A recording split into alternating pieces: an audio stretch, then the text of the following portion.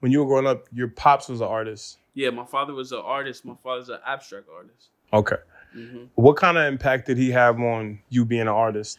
I mean, I feel like it's just my story really is, I'm born, my father paints, and I see that, and it's nothing that I could do to not follow that path. That's my story. Like everything I did in my life led to me being a painter just because that's what I seen my whole life.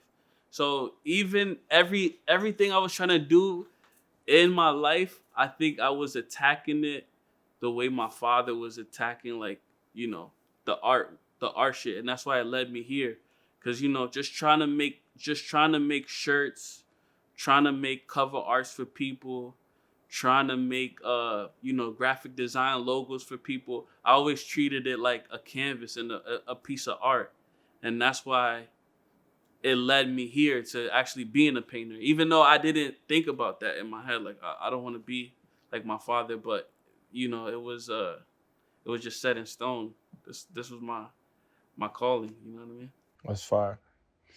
Before you actually started to paint, you were making music. Yeah, I was making music. A lot of people don't know that. But in Rochester, yeah, you told me about invested in a studio. So it was Terror Squad, and used to come up there, and it was different people from Terror Squad. They used to come to Rochester. I don't know. Rochester is just such a crazy slum, but there's so much stuff moving around there. I don't know what they was doing there, but a lot of people have gotten there because it's so big on, street shit. You know what I mean?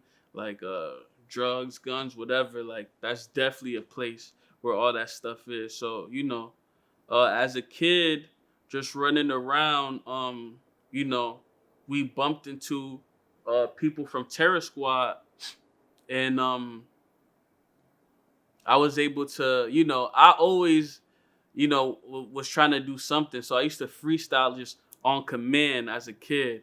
So and niggas from the block knew that. So they brought me one time to them, and I just started freestyling crazy.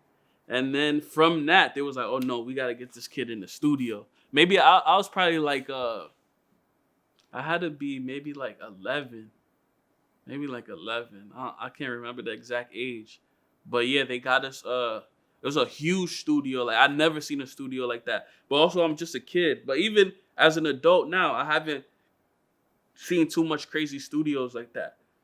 But it was a huge studio.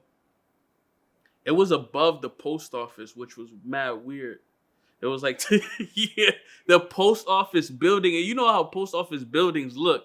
They look like really old. Like that's the old, like banks and post office buildings is like the oldest buildings.